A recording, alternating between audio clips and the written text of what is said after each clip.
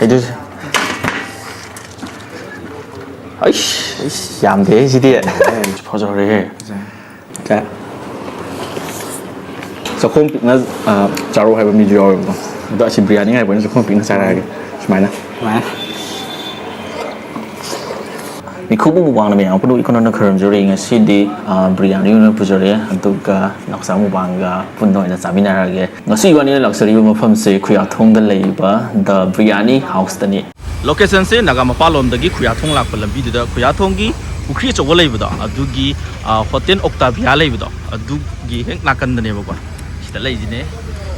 คุยจบบ่ดจูสิแต่เลยย้ำไล่บ่เนี่ยบ่กว่าคุยจบบ่ดกี้สิแต่เลย The Biryani House มากี้ Biryani ตัวนี้ไม่ใช่มันนะ Chicken ปัจจามา Mutton จามยังไข่ Chicken จามยังไข่ Pork เส้นนี้ดูก็ชินะ Mutton curry นะปัจจัยยังไข่ดูก็ชิดเลยว่ามาเที่ยวที่นี่เลยชิดเลยดุงปีจะฟูมาดีเลยบักจะฟูจะเชื่อมบ้าโอ้ยที่นี่บอกว่ากี่กันมาเที่ยวไงที่นี่บอกว่าชินะ Pork ไม่ได้ก็ต้องชาอาซาบันนี้จ้าตัวนี้ Chicken เลย xin yên bạc năm xin yên bạc năm xin mặt tấn lên xin nung bi đã thùng bá mặt tấn curry xin nganu thùng bá xin yên bá su gì đó rồi xin biryani xin chicken biryani xin xem bấm được xin lấy đấy, food cái nó tổ xin mà pan đấy rồi yam cơm đó quá, cứ chú mua chú độc thật vì đó xem bộ phim này, tụi cái bộ phim chỉ số yam in là chính là cái nó tổ ra cái lấy bộ phim này bị tắc nó tổ rồi là cái đặc trưng cáiนี้ 어떤 시기 비리아니 세, 치킨 비리아니네, 머튼 비리아니네, 또 신나 현장네 보고, 또 현장에 지는 가는 통과, 또 신나 복 통과, 신나 연 통과, 또 신나 머튼 시대 레이 보고, 또 하이다가 가만히 또 얘기하는 게 마우스, 또 홍보디 받잖아 홍의 비리아니지 봐. 가만히 또 하면 뜬다, 시 부감지다, 걔나 또 이제อันนี้จานจ่าจะบริยานีจะหาอันนี้กันเราต่อไปสิ่งที่สุดฟูดเช่นมีบริยานีเส้นสมัยนั้นโอ้ยวันนั้นเดี๋ยวสิ่งเดียวกันนะชินะมัตตันบริยานีชินะชิคเก้นบริยานีโอเคอันนี้ให้ได้เลยจ้ะวันจะให้ดูเฮ้ยยามเดสิเดียชินะมัตตันเกาหลีชินะกิโลชินะเย็นปักน้ำช่างตัวชินะหัวถงแบบชิเย็นที่เปลือกซ่าบ้างก็เหมือนด้วยนะพอจะเร่หัวถงแบบนี้อะไรที่มาตั้งบริยานีเนี่ยอะไรที่เย็นบริยานีเนี่ยอันตุกกันโน่นเนี่ยข้างนี้แม่ไม่ทำจะเลยคู่ของเรา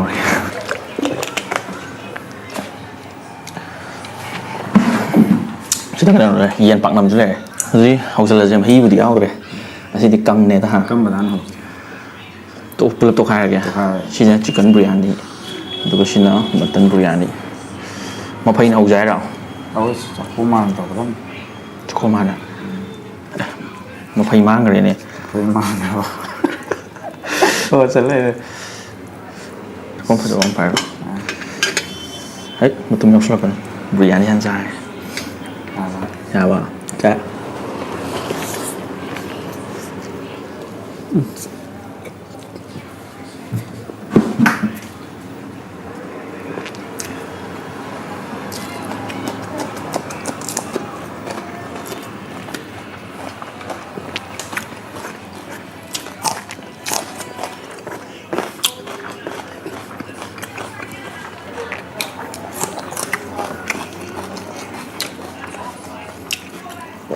慢慢几个鸭不了，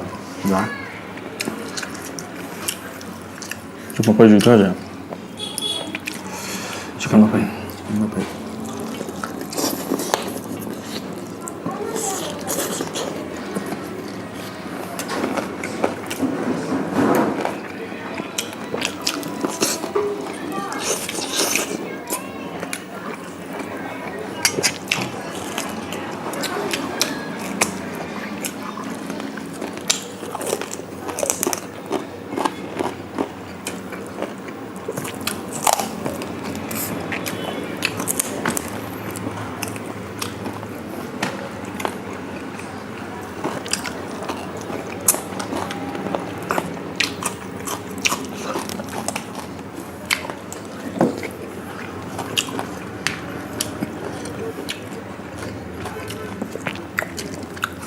ꯃꯍꯥꯎꯁꯤꯗꯤ ꯃꯃꯜꯗꯤ ꯀꯩ ꯆꯥꯅ ꯃꯣꯏꯁꯦ ꯕꯤꯔꯌꯥꯅꯤꯗꯩꯗꯤ ꯄꯥꯛ ꯆꯥꯗꯦꯕ ꯁꯤꯒ ꯕꯤꯔꯌꯥꯅꯤ ꯆꯥꯏ ꯑꯅꯤꯔꯛ ꯈꯛꯇꯪ ꯉꯥꯏꯔꯦ ꯅꯨꯡꯉꯥꯏꯇꯕ ꯊꯦꯡꯅꯔꯛꯄꯗ 스포 능주부도 정말 mahal 포기 피스푸디 피하 그래도 베라네 오 나잖아요 이거 나고 게 처음에 선 남자기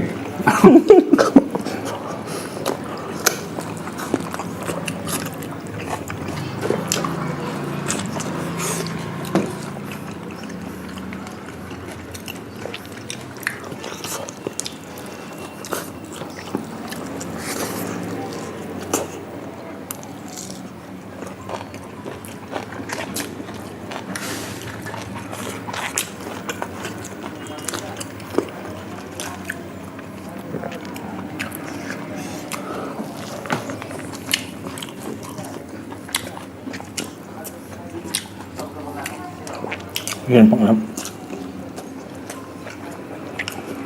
어때 하고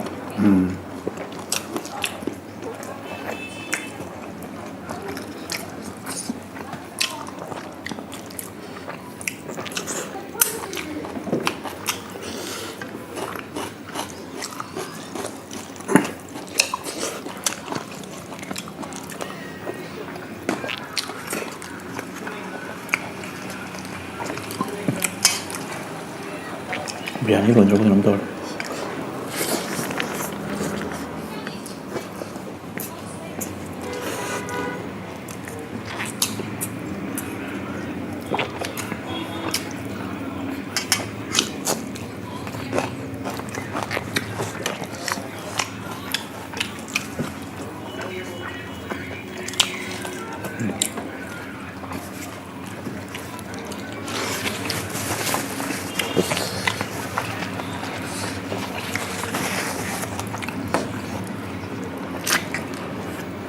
이거 뭐야 이 맛이 하오더라 강령은 그리고 뭐야 이 빵이 로마나 빵전 빵저 돼야 아니 잘못 썼네 난 간마가 아주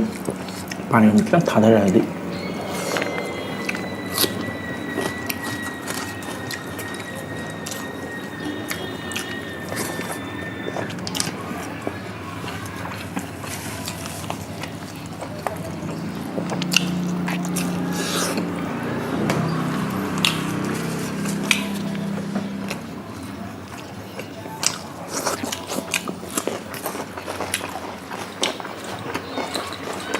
남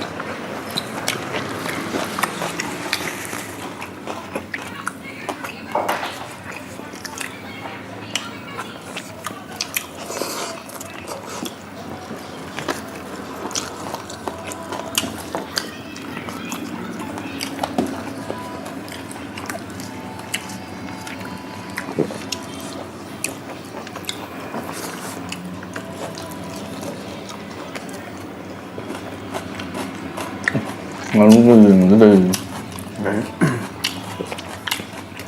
그냥 좀 눌러 생각을 했다 잠배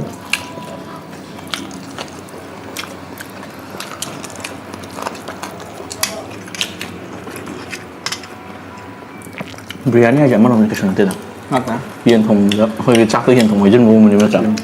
좀 이제 뭐 도망 따라지 내가 농아이 지 여러 생겨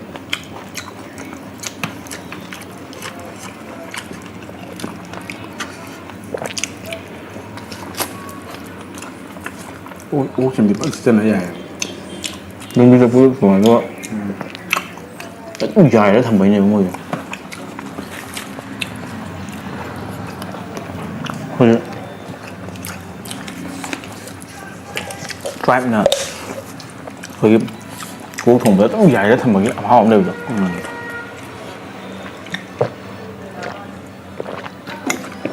누구 뭐냐 워크는 어디로 생각하지? 어떤 거?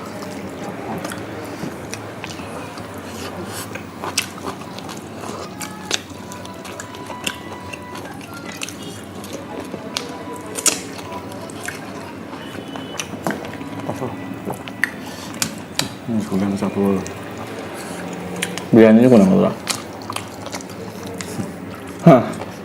그래서 비야. 그러니까 그냥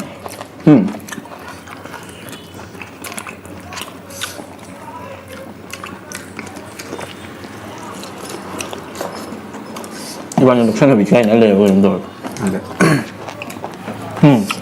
bên riêng nó là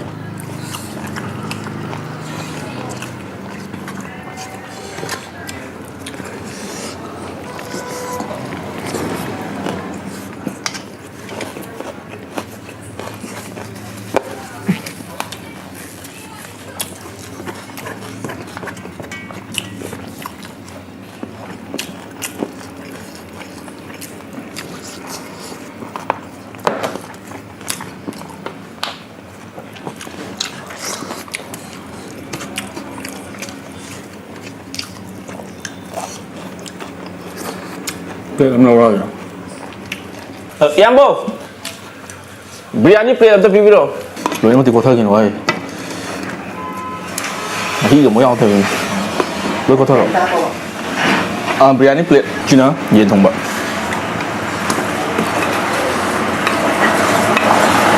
Có thời rồi. Yên thì kéo ra rồi. Skin nhau đồng. trong cái hôm mình sẽ lại tuồng có thể vận đôi nào không phải là thì sẽ không bị nó charo hay bị dao rồi đó chỉ biryani này vẫn sẽ không bị nó chara cái mày nè má tao rồi thằng hàng ya này ngâm ngon rồi yeah xoay thông kìa mà bây giờ đi solo ra số rồi bây giờ khâu đó là gì đấy đầu tiên mình sử dụng cầu chỉ là sự kiện xuống thôi thôi phải trả cái đấy kia tao mới không không đấy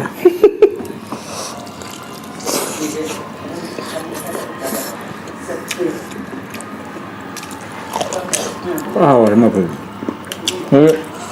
cái biryani cái mà nó dầu cái nồi này rồi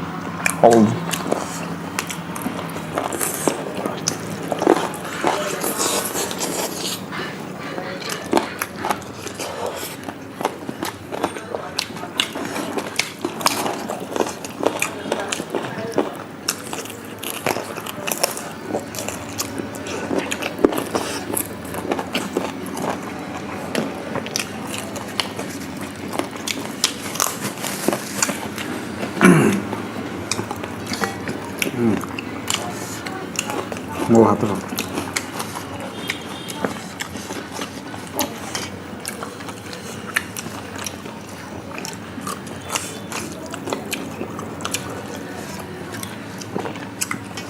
xa đi biryani rồi xài không chắc không mà sao thì mà tung tợ xấu có lạc xe này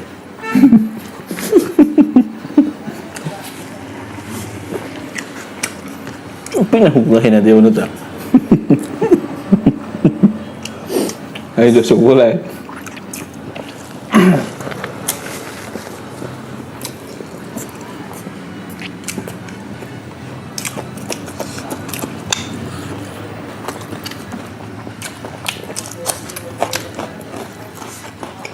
gì nó bắt hầu gì nó hầu Musun chứ. Sao?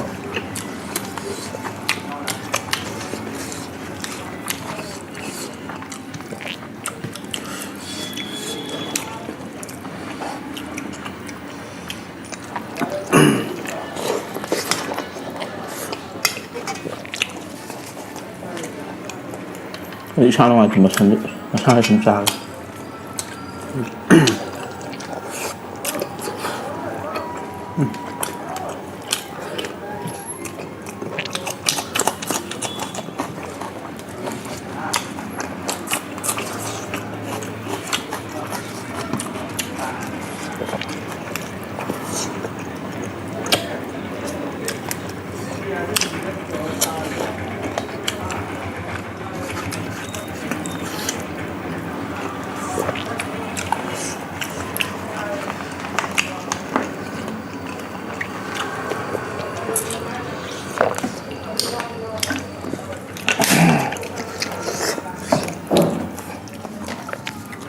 이게 다다리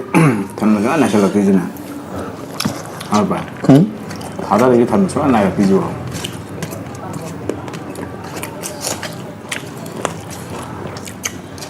야, 미도를 좀 짜지. 이걸로 해가 뭐. 미도 좀 짜지.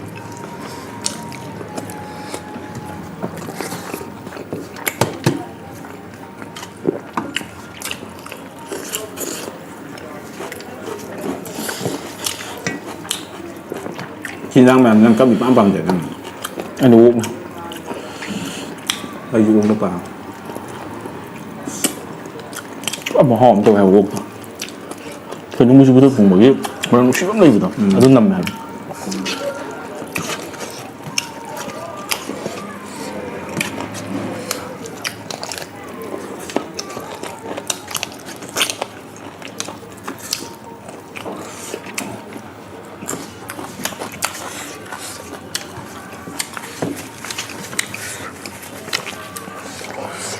có trên đây thô thùng trên đây thô một cái cò rồi đó Không mình ta nào.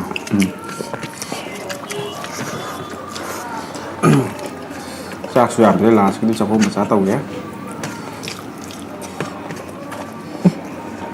là luôn phải bắt phải là bắt phần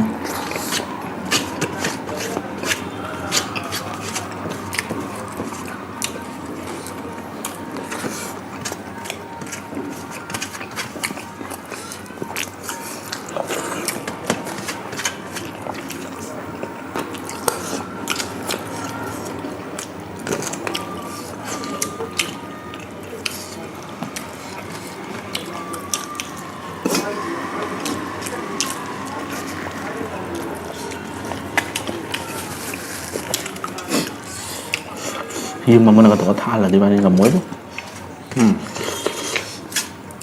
sáng là tôi video là mình sao ra và nắn tập nhưng mà mình có tha là đi ngầm người đó Làm mới đó. nào ngoan thôi còn nếu Tôi biết gì mới lấy ra này. sao cột phu mà ngà để đi tạm bí với nhà rồi Ai đến tầm gì. ôi nhìn bị có gần đi ôi năm mẹ bự anh nhìn last Last.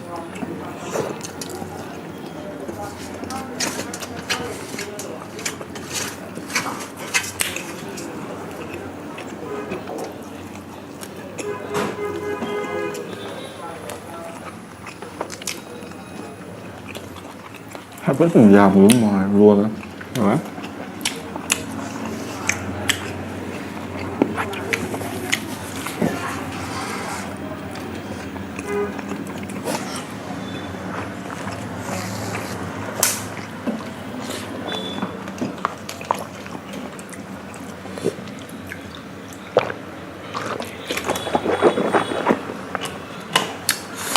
cái video mà thật là ngon ra chứ